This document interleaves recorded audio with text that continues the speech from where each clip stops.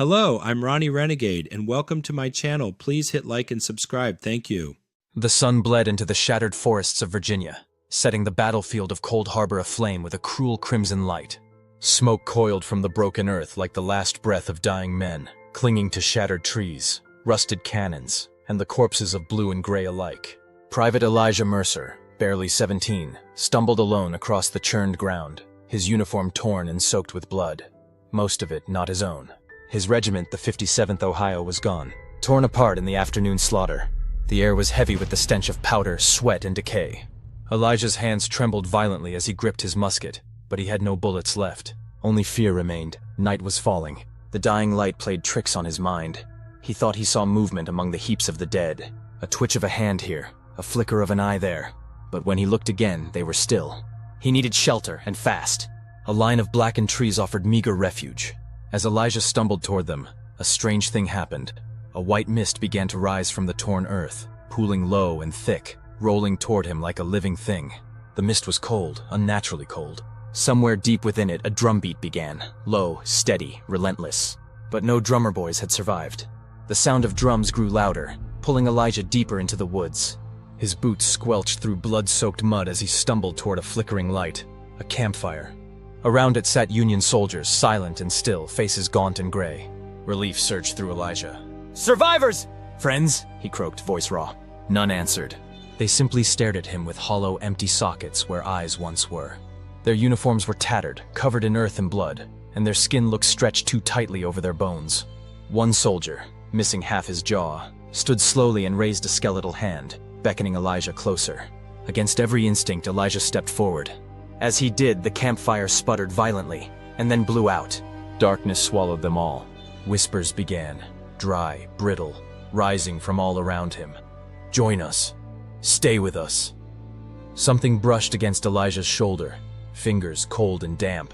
He whirled around, but there was nothing there but swirling mist. The ground beneath him shifted, and he ran, heart hammering against his ribs. In the thickest part of the mist, a figure emerged, small, stooped, beating a tattered drum with slow, methodical strikes. It was a boy, no older than 10. A Union cap too large sagged low over his ruined face. Blood dripped from his hands where they gripped the drumsticks. As Elijah watched, frozen, the boy's head jerked up. The face beneath the cap was a nightmare. Skin torn away, revealing glistening bone, teeth bared in a permanent snarl. One eye socket was empty, the remaining eye bloodshot and staring. The boy marched toward Elijah, drumbeat growing faster, louder. Elijah backed away until he bumped into something solid. Another soldier, pale and eyeless, standing rigid behind him. The ghost whispered, "Follow the drummer, or be lost forever." Elijah swallowed his scream and followed. The drummer boy led him through the mist to a clearing dominated by a monstrous oak tree. Its branches writhed like blackened arms, and from every limb hung soldiers, Union and Confederate alike. Their bodies twisted slowly on invisible breezes, eyes glassy, mouths open in silent screams. The boy pointed upward. Elijah hesitated, dread sinking into his bones. He forced himself to look and gasped. There, swaying among the dead, was himself.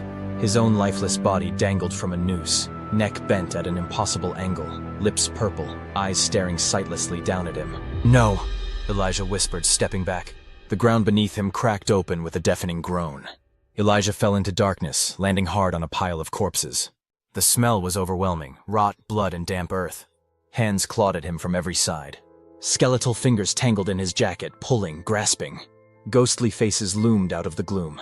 Soldiers long dead, some with bullet wounds still gaping, others little more than ragged cloth and bone. Stay with us," they whispered, over and over. Elijah fought, kicking and clawing, but their grip was iron. One face pressed close to his, a Confederate officer, missing his lower jaw, teeth gnashing in silent fury. Another was a Union nurse, blood streaming from her temples. They were all here, forgotten by history, abandoned in the blood-soaked soil. If he didn't escape by sunrise, he knew he would join them, a whispering shade trapped forever in Cold Harbor's cursed earth. Through the press of the dead, Elijah glimpsed a narrow path, a thin strip of cracked cobblestone bathed in faint moonlight. He wrenched free, bolting toward it, the dead shrieking behind him. The path twisted and writhed under his feet. It wasn't made of stone, it was bone, skulls and ribs fitted together in a grotesque mosaic. On either side of the road, ghostly figures reached out, mouths gaping in silent screams. Some still wore tattered flags across their shoulders. Others dragged bayonets through the mud, searching for unseen enemies. The drummer boy appeared ahead, still marching, never stopping. Elijah followed, because the alternative was madness and death. The path ended at an abandoned church, blackened, crumbling, half swallowed by the earth. Its bell tolled without a hand to ring it. Inside, dozens of pews sat in disarray. Ghostly figures occupied the benches, heads bowed in prayer or grief. At the pulpit stood a preacher in Confederate gray, face concealed by a black veil. His voice boomed through the ruined sanctuary. "Blessed are the dead who die in battle, for they shall not find peace." Elijah stumbled backward. The preacher lifted his veil and revealed a gaping, toothless maw where a face should have been. The congregation turned as one, eyes hollow and hungry. Elijah ran, bursting from the church as the dead screamed and clawed after him. Mist swirled thicker around him, shapes chasing him through the woods, reaching, grasping. The first gray tendrils of dawn touched the horizon. As light spilled into the world, the ghostly figures howled in despair and began to dissolve like smoke in the wind.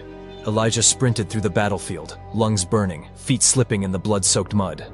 The drummer boy marched beside him, beating faster and faster, urging him forward. Behind them, the ghosts screamed a final, desperate cry. "Stay!" Elijah broke into the clearing just as the first full beam of sunlight struck the earth. The mist evaporated, the whispers faded. He collapsed on the grass, gasping for breath. Alive! Or so he thought. When he looked down, blood still stained his hands. And on his chest, stitched in black thread, was a name he didn't recognize. Present day. Tourists wander the preserved battlefield, snapping photos, reading plaques. A faded wooden sign creaks in the breeze. Cold Harbor Battlefield, historic site. Beneath the trees, just out of sight, a boy in a ragged Union uniform watches. He taps a broken drum slowly, patiently. Few notice. Fewer hear the faint whispers that drift across the fields. Stay. Stay with us.